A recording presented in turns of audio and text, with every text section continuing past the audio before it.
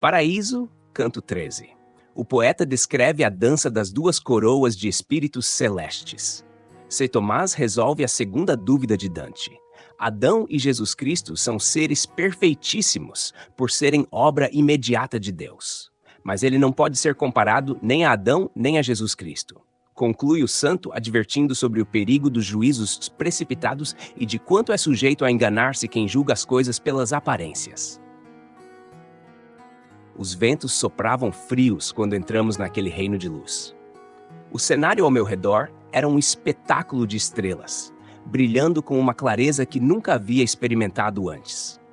Elas cintilavam no céu como joias que não pertenciam ao nosso mundo, mas que ainda assim, de alguma forma, comandavam o nosso destino. 15 estrelas dominavam a vastidão celestial, espalhadas pelas diferentes regiões do firmamento, e cada uma delas parecia respirar serenidade. Era como se o universo inteiro estivesse aguardando em silêncio, observando cada movimento nosso, enquanto o carro celeste que carregava o firmamento continuava seu ciclo, sem jamais falhar, sua rotação implacável e precisa. No centro desse teatro cósmico, algo chamava minha atenção. O brilho incomum de uma constelação, como se duas figuras celestes se sobrepusessem em um espetáculo de dança. As estrelas dançavam ao redor de um ponto fixo, desenhando no céu um símbolo, um mapa para algo além da compreensão imediata. Não era um espetáculo comum, mas uma dança de corpos celestes, cada movimento meticulosamente calculado, como se o próprio tempo tivesse parado para assistir. Havia uma conexão profunda entre o que eu via e o que eu sentia. Era como se o próprio céu estivesse tentando me contar uma história, e eu estava determinado a entender o que ele queria dizer. E então o canto começou. Não era o louvor a um deus antigo, não era um cântico de Baco ou Peã, mas um hino ao mistério da Trindade. 3 em 1, 1 em 3, a união divina que transcende o entendimento humano. As vozes dos seres celestiais encheram o ar, uma harmonia perfeita que ressoava em minha alma. O cântico era ao mesmo tempo humilde e majestoso, envolvendo cada uma das luzes que brilhavam ao nosso redor. Era uma sinfonia de divindade, e eu me sentia pequeno, mas acolhido, como se cada nota me convidasse a participar de um entendimento maior. Quando o canto cessou, uma das luzes mais radiantes rompeu o silêncio, como se estivesse esperando por este exato momento para falar. Era a luz que havia testemunhado a vida de São Francisco, o pobre de Assis, cujas ações ainda reverberavam no cosmos. Com uma voz suave, mas cheia de poder, a luz falou de amor, sabedoria e da redenção que a humanidade sempre busca, mesmo nas horas mais escuras. Você acredita, começou a luz, que o peito do qual foi retirada a costela para criar o rosto que trouxe ao mundo um custo tão alto, e aquele que foi perfurado pela lança e satisfez tanto antes quanto depois, tinha em si toda a luz que é possível à natureza humana alcançar? Aquela pergunta reverberou em mim. O que eu acreditava? Eu havia visto tanto, aprendido tanto desde o início desta jornada, mas mesmo assim a questão parecia cavar mais fundo. A luz continuou, explicando que o esplendor que eu via ao meu redor, tanto o que podia perecer quanto o que era eterno, era apenas um reflexo, um lampejo da grande ideia que nascia do amor divino.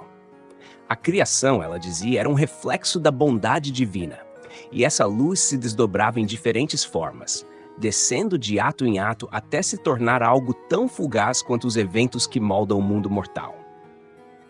Ela explicou que tudo ao nosso redor, toda a criação, era moldada por uma ideia superior, mas que, como o trabalho de um artista cujas mãos tremem, a natureza nunca é capaz de reproduzir essa perfeição em sua totalidade. A cera, como ela chamou, nunca é tão perfeita quanto poderia ser, e é por isso que, em uma mesma espécie, alguns são mais sábios, outros mais tolos. Eu sabia que havia sabedoria nessas palavras, sabedoria além da minha compreensão imediata, mas algo nelas ressoava, uma verdade oculta que eu ainda estava aprendendo a ver. O diálogo se aprofundou quando a luz falou da perfeição da humanidade em 2 momentos, no primeiro homem e na Virgem Maria. Eram exemplos de como a natureza, em sua maior pureza, poderia refletir toda a luz do Criador. E então ela lançou a pergunta que eu sabia que viria. Se foi assim, como poderia alguém ter sido criado sem igual, sem par, como Salomão? Eu percebi que, embora a pergunta parecesse simples, a resposta escondia camadas de significado que eu precisaria desvendar. A luz então explicou que Salomão não havia pedido conhecimento trivial, mas sabedoria real, aquela que torna um rei capaz de governar com justiça. Ele pediu o que era necessário para sua função, para seu papel no grande esquema divino. Não era para saber os segredos dos céus ou o número de motores que movem o cosmos, mas para entender o que era necessário para liderar seu povo com retidão. Essa era a sabedoria verdadeira, a prudência real que guia os grandes líderes, e era isso que Salomão havia alcançado. Eu ouvi com atenção, absorvendo cada palavra como uma lição crucial para minha jornada. A luz então falou sobre o perigo de julgar com pressa, de acreditar que podemos ver o destino de alguém apenas por suas ações imediatas. Ela me lembrou de como os espinheiros mais rígidos podem florescer com rosas e de como os navios mais rápidos podem naufragar ao entrar em um porto. As aparências, ela alertava, muitas vezes enganam, e só o conselho divino pode ver o que está além da superfície. Enquanto a luz falava, eu senti um peso em minhas palavras, um chamado à cautela. Havia muito mais para aprender, muito mais para ver. Mas agora eu sabia. O caminho adiante exigia mais do que sabedoria intelectual. Exigia prudência, paciência e, acima de tudo, fé no que não posso ver.